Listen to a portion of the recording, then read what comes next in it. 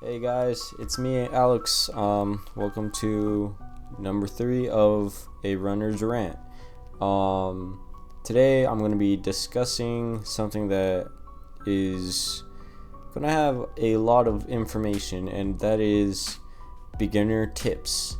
See, and this video is specifically tailored to those that have a interest in running and or those that want some tips as to how to improve their running. Just the little small things, really. And so, yeah, today I'm going to get into that. It was a special suggestion from one of my followers on Strava, so shout out to him. But yeah, let's get into it. So, the first thing that you should do when you begin running is start easy, start slow, and start small. See, a lot of people they get the wrong idea. They believe that they can begin running and get shoot to the top, and that's not how that works. No. That's gonna lead to injury, and then that's gonna make you unmotivated and not want to run. So, what you do is when you first start running, one, you make sure you have the proper clothing and the proper shoes. And I'll talk about shoes later on into the video. But yeah, shoes play a major role in making or breaking a runner. So when you start off, you should start by walking for a minute, then running for a minute. And as you get used to it, increase that until you can eventually do at least half a mile just by running. Once you reach that point, you're off to a great start, and then you no longer have to walk. Instead, you can actually start running for half a mile and then take a break, run for another half a mile, and each day just progressively try to build up to that mile. And you just want to make sure that you start small, because if you start big, you're gonna hurt yourself. So make sure you start small. You start with 1 minute of walking and 1 minute of running for the first week, and that goes into my next topic. After the first week of running as a beginner, what you want to do is slightly increase your mileage. See, there's this, I forgot what it's called. It was, basically you build up for 3 weeks and then you recover for 1 week. And that I still do this to this day. Basically you build up your mileage per week, by 10% each week until the 4th week. The 4th week, you dial it back down to 5 miles less than what you usually, or what you did the week previously. But I'm not going to get into too much detail with that, because that can be a video of its own. But going back to what I said, after the first week, when you first begin, you want to increase it to running for a mile. You don't have to be fast with it, and you don't have to walk. So you just gotta find that sweet spot, whatever your body can handle, and just try to run a mile each day. And then the next week, 2 or a mile and a half if 2 is a little too much. So that's what the first thing you have to worry about is the duration and load when you first begin. Just remember, I'm going to emphasize this, remember, always start running by walking for a minute and then running for a minute. That can really play a major role in your success as a runner. I've done it 7 years ago. It works. It really does work. It builds up that endurance little by little, and it gets you ready for the bigger stuff later on. And so the next thing I want to talk about apart from how you start running, the next important factor when you begin is breathing. And that was one of the suggestions that my follower on Strava had. There's a specific way, or a few specific ways to breathe when running. A lot of people tend to breathe straight from their mouth and go that's not going to help you. That's actually going to make it worse and make you even more tired than you were before. What you want to do is control your breathing. So you don't want to breathe just straight from your mouth, and you don't want to breathe straight from your nose, like just specifically the nose. What you want to do is like find that sweet spot and breathe in through your nose, out through your mouth at a controlled level. So a good rule of thumb is when you're jogging, it would be breathe in through your nose like this, and then count for like 2-3 seconds, and then breathe out through your mouth. And that's gonna help alleviate any stress that your heart is feeling. You know, when you're running, your heart rate increases, and it makes running a little bit harder because your heart's beating faster, and that means you're more tired. Your body's more tired, but breathing correctly helps alleviate that a little bit, and it makes running a lot easier. So yeah, that's one technique, and that's usually the best technique to use. In my personal case, I use a alternate version of that. I always start my runs with me breathing in through my nose, out through my mouth, just like I stated earlier. And then later on, when it starts getting a little bit more difficult for me to do that, I breathe in through my nose and in through my mouth at the same time, and then breathe out through my mouth. So I'll go like that. And I don't do it slow. It's almost like I'm going a little bit slower than that. But it's going through my nose and my mouth, and then out through my mouth at a controlled speed, or what I personally think is controlled. And what that does is I actually learned this from a video. I forgot what video it was. It was a while ago. But this guy, he showed the technique, and basically what it's supposed to do is allow your body to intake more oxygen than it can, the normal way. And it helps you like breathe out that carbon dioxide a little bit more efficiently. And so it just makes the running 10 times easier than it usually is. So I've been practicing that, and it does work. And I will say this, like, all my long runs lately have been extremely easy, apart from leg pain. That's something else completely, but I'll tap into that later. So we got duration and load, and we got breathing techniques. The next thing I want to talk about is proper form. Oh man, hold on, I need a proper form. Man, when you very first start, proper form is hard to come by. I mean, I've seen some diabolical forms out there, and my form was not the best. I will admit, my form was so bad. It was hilarious. I looked like a clown. See, I always ran like this, like I was a chicken, and I was scrawnier than I am today, believe it or not. I was, I think, 96 pounds. Yeah, I was light. So being that skinny and my arms like this, I literally look like a skinny chicken, and that was bad, and that did not help me out at all during my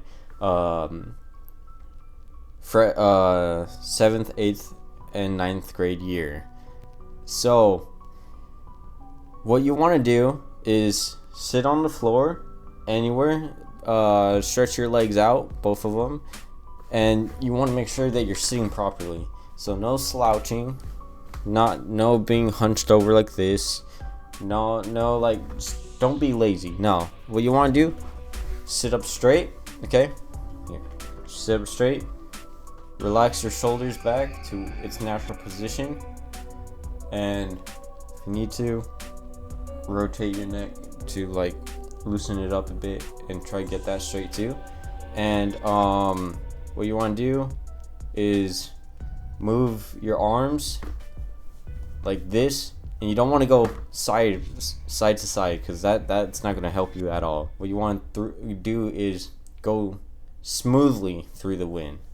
So that's why you want to have your arms perpendicular to your shoulders at a 90-degree angle. And I'm going to show you it in a bit after I stop talking real quick, so that you guys can actually see.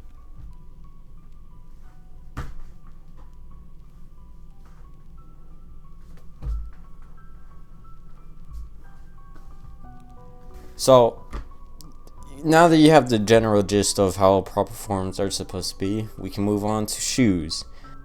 Shoes are very, very important, okay? Especially if you're a distance runner. I'm going to talk about trainers. Trainers are everybody's friend, okay? They provide the cushion, stability that you need to go out there and run for a very long time. And if you don't have those, running is going to be hell. And I'm gonna emphasize that, okay? Running is going to be hell. Okay? If you don't have the proper shoes, it's going to be hell. Alright. So, I'm gonna pull up one of my shoes that I'm wearing right now. Okay. So, these are the Hoka Clifton 9s, okay? They are from Hoka, as you can see. Hoka. And they are very good for hard and soft surfaces. They provide pretty good stable cushioning. I'm not really a expert on shoes, so I'm not going to be providing the specs or like all those fancy words. I'm just going to say these are the type of shoes that you want to get, okay? These types, you know, the cushion, a good amount of cushion from the back to the front, even the middle, and you want to make sure that it actually absorbs impact, okay? It's good. They usually cost around, like, the good decent shoes cost around from $100 to $200. The best shoes are $200 and beyond, but we don't need to worry about that as beginners, okay? So just find shoes online. You can find them on Amazon, Nike. Well, don't really trust Nike. There's Amazon, Saucony, Hoka's. What else? Asics, and there was one more. Oh, I mean, not many people like Under Armour, but I would say Under Armour because I started out with it and I was pretty fine. So there's five places where you can look and find decent shoes for trainers. But okay, so wait, next thing we're going to talk about is H2O, okay? H2O, all right? No, there is no water in here actually. I have lemonade, okay? But in ideal times, you'd be having a water bottle next to you at all times, and you're going to constantly and non-stop drink H2O all day long, okay? I know that there are, like, I forgot the amount of ounces you can drink to be considered hydrated, but the best thing to do, especially as a beginner, is to drink as much water as you can. Okay, you don't want to be dehydrated, especially when you're out there running, because when you're dehydrated and you're running and you don't have much experience in running, your body is gonna hurt like hell. Okay, so that's all I gotta say about water. Just make sure you're drinking a lot of water. It's a lifesaver, and water tastes freaking good after a run. It's like the natural minerals in there actually taste like sugar for some reason. I don't know how that works, but yeah. Apart from water, we gotta talk about nutrition. Nutrition. It's kind of ironic that I would be mentioning this, because I'm a guy that eats junk food. Okay, yeah, I eat junk food. It's something that I'm trying to reduce, so that I can actually maximize my health and performance, especially now that I'm in college. But the ideal stuff that you want to eat would be stuff high in carbohydrates and protein and fats. Okay, so that would be pasta. Pasta is a very good one for carbohydrates. Protein, fish, meat, rice, all that. And fats, peanut butter sandwich. Okay, peanut butter sandwich, eggs, for protein, and fruit and vegetables. You know how you like, your parents would say, "Oh, make sure you eat your fruits and vegetables," and you didn't do it when you were younger. Yeah, you're gonna regret it now. And you don't even have to be a runner to regret it now, because now that you're older, now you're realizing you should have ate your fruits and vegetables. I'm so happy that I ate my broccoli. Okay, because man, who knows where I would have been if I didn't eat my broccoli. Next thing. Okay, hold on. Let me take a breather. It's a lot. Okay, next thing. Stretching. I'm at a weird, awkward position now with stretching techniques, because I am transitioning from high school and college, and they are two different things. See, college, it's all dynamic. High school, it's all static. And what do I mean by that? Dynamic stretching involves movement, mobility, a lot more like actually moving your body parts, right? Static stretching, on the other hand, you're staying in a position for a duration amount of time. As a beginner, I would say just do the static stretches. I don't think they are really ideal in the long run. No pun intended. They do help to a certain degree, especially when you're first starting. Your muscles are going to be extremely tight, so it's important to stretch that certain specific area for a good duration amount of time to loosen it up and prevent any cramps or injuries taking place. And yeah, so that's it for stretching, really. I'll probably tap into different types of stretches in a different video. That would be a cool video to talk about. But apart from stretches, beginners, you also want to do workouts. Okay, not just running workouts. No, not running workouts. I'm talking strength and core workouts. Okay, so that means the most basic ones that you can do, and the ones I'm going to be telling you about, is push-ups, sit-ups, and squats. Those three, those are going to save your life. Okay, because when you first start running, you're like a baby all over again. Okay, and all these movements that you're doing that your body is not familiar with is going to kill you. Okay, you're going to die if you don't do this. So enough of the exaggeration. Push-ups, sit-ups, and squats, they're going to build strength in your arms, legs, and abs. Okay, you will build abs, and it's going to strengthen your core. So that's going to actually help your form get better when you're running. And the squats and stuff is going to strengthen your legs so that you can take more impact. It's going to make you run longer, faster, and harder. Now, finally, to end things off, injuries. You are going to get injured. Most of you are going to get injured. Like I'm calling it right now. 80% of you are going to get injured. I've gotten injured. I had runner's knee for a year. Okay? Yeah. But the best thing you can do when it comes to injuries is rice. Yeah. Now you're probably wondering, what the heck do I mean by rice? Okay? That means rest, ice, compression, and elevation. Okay?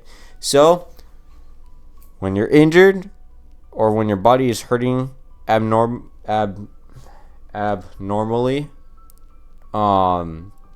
that means it hurts to even walk. Not that you're sore, because you are going to be sore no matter what, but it hurts to walk and you can barely get out of bed. You should not be doing any physical activity for at least 2 days, unless it's worse than maybe a week.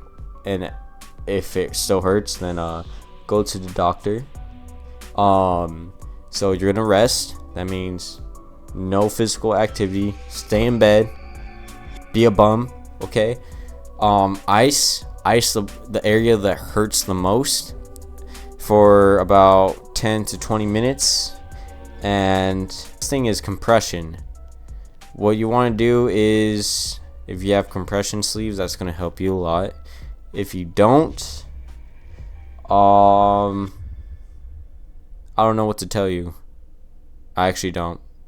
Unless you have a lot of money, get a compression machine like I do. I don't have a lot of money. It's just I was lucky that my dad had one. Okay, but if you do have a lot of money and you can afford one, get one. Okay, I'll show you what that is right now. In fact, okay, so if you look at my screen right here, this is what compression machines look like, and they really help you compress, just like right here. Okay, they do help. And apart from compression, I'm just gonna keep it here.